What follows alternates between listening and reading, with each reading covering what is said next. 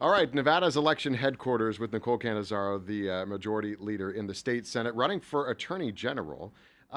First, let's give folks that may not know, you're in a pretty prominent office, but for Yes. folks that may not know who you are, what your background is and getting into this race of Attorney General. Yes. So thank you so much again for having me. It's great to be here with you. I currently serve as a senator in Senate District 6, but I think, I'm a born and raised Las Vegan. Born and raised here in Las Vegas, and a proud graduate of both the University of Nevada, Reno and the University of Nevada, Las Vegas.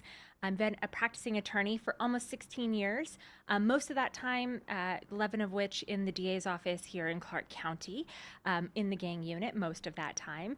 And in 2016, I ran for the state Senate and won a state Senate seat, which I have been serving in since then.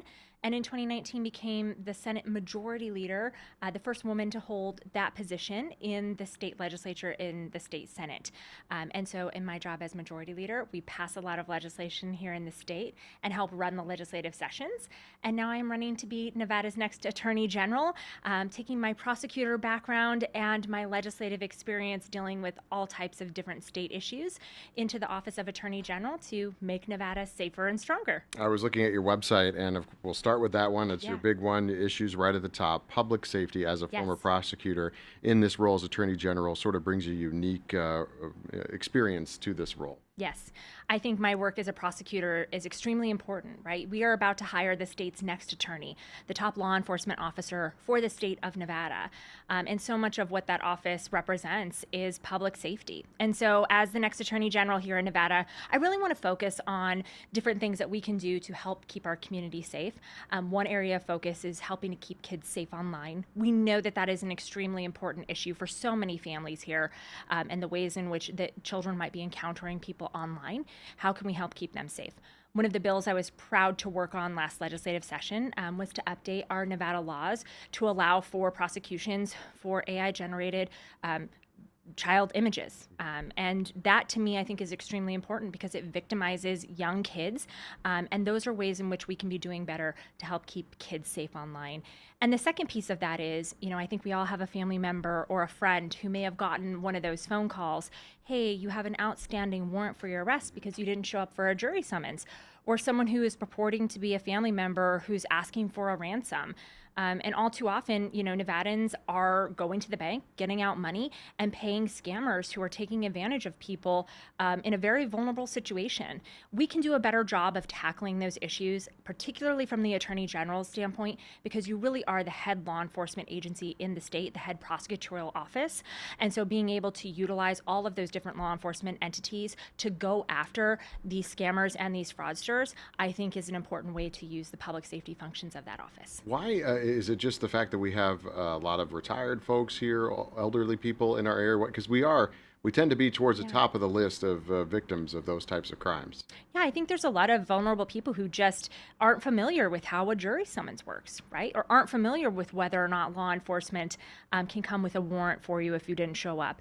And a lot of people who care about their family members. And with the ever increasing use of data and of AI, we have to be able to adapt and to change and to think of creative ways in which to tackle those types of investigations and then ultimately move forward with prosecutions so that we can help keep our community safe, because I do think we have a lot of folks who have just been very susceptible to these very, sophisticated and intelligent fraud hacks.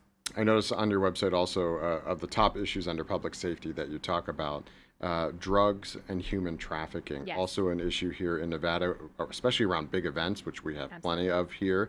How do you put the state's law enforcement to really focus them on that? Yeah, so I think, again, my work as a prosecutor for a long time tackling really complicated and complex litigation matters.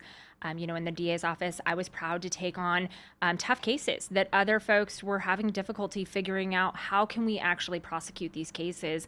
I think of one that started off as sort of a forged credit card case that eventually, through an investigation, developed into a 13 co-defendant fraud scam that we were able to actually secure convictions on and to use our racketeering statutes to get and to target that particular fraud scheme that was stealing hundreds of thousands of dollars from Nevadans. And so when it comes to human human trafficking, when it comes to child trafficking, which, is present, and we have to do a really good job of making sure that we're taking care of that.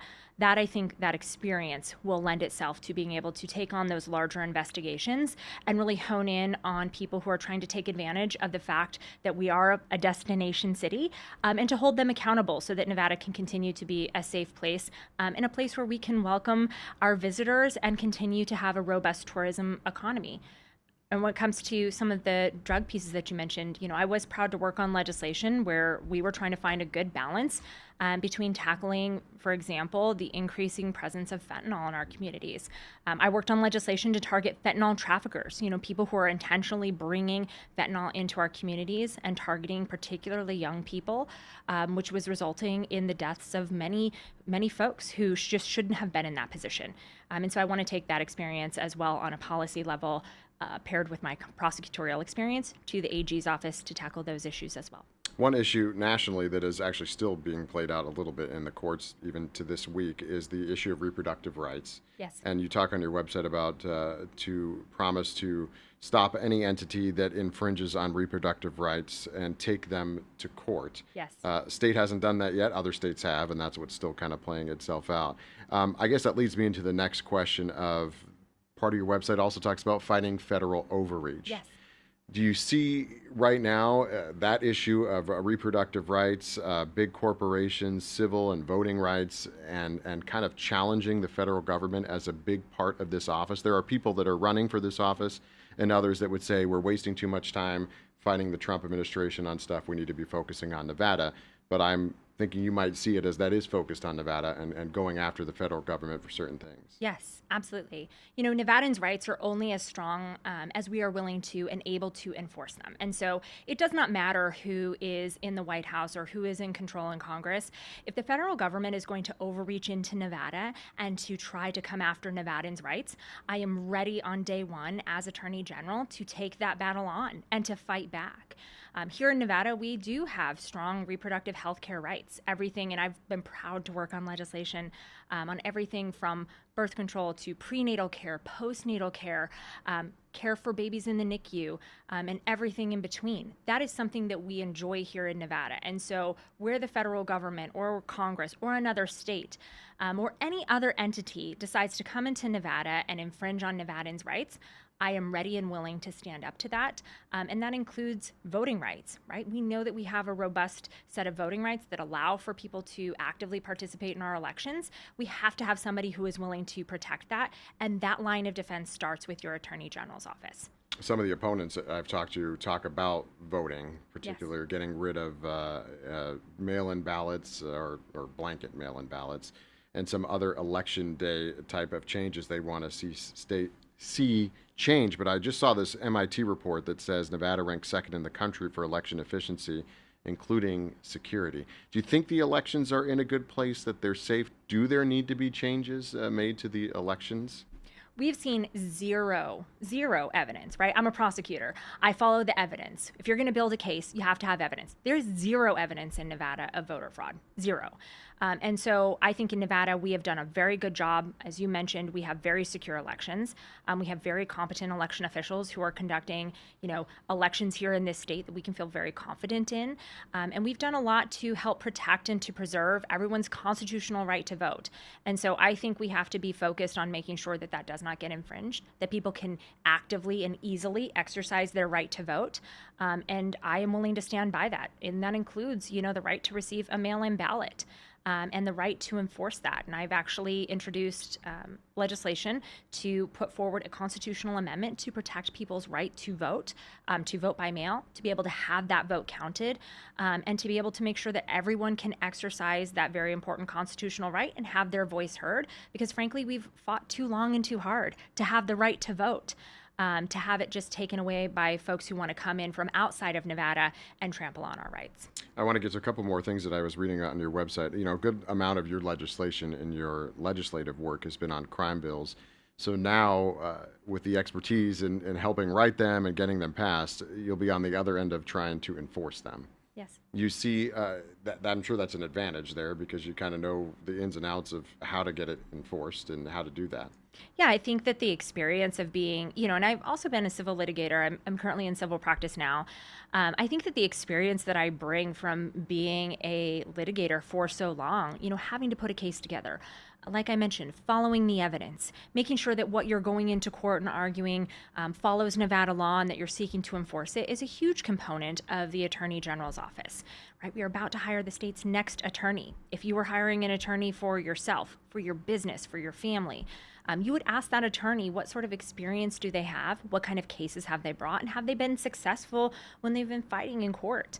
You want that answer to be yes, that they know what they're doing when they're taking over the largest law office in the state of Nevada. To help lead that office. And I think that my experience, not only working as a litigator and as a prosecutor here in Clark County, but also as a legislator who's worked on all different kinds of policy issues, really gives me a good insight and a good perspective of exactly how it is we can go about having effective and meaningful enforcement from the Attorney General's office. There's a 50-50 chance if you get elected, you'll be working with a Republican at the state and as the governor. How do you work with the other side to get things accomplished? I think one of the wonderful parts about being in the legislature is that we really do have to work in a bipartisan fashion on a lot of issues in order to get them passed. When I was first elected, my very first session, we had a Republican governor.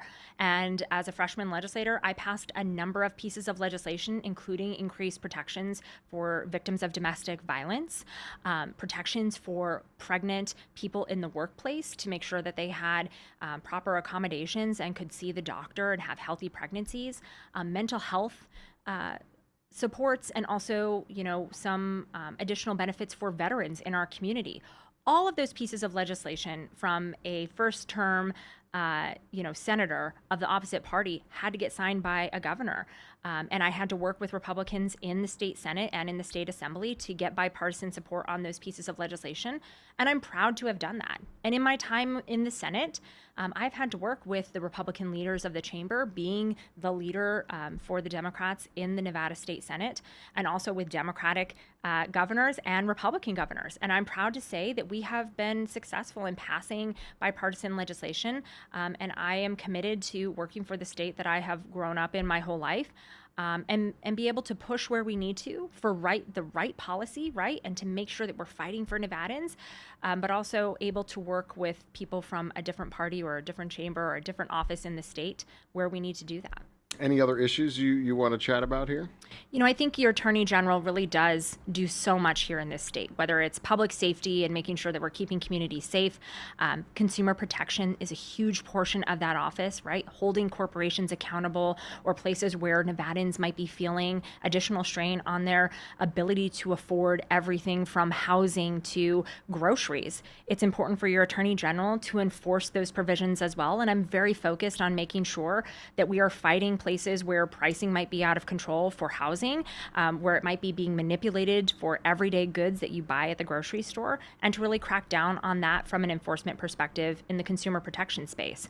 And I think coupled with, the ability to hold people accountable who are trying to take Nevadans' rights or infringe on what we have here in this state, you really need an Attorney General who can do all of those things. And I'm committed to doing all of those on day one and bringing my robust experience fighting the fights in the legislature that I've been proud to tackle, and also my experience as a practiced and seasoned prosecutor and litigator into that office to help make Nevada the kind of place where you do want to live, work, raise a family.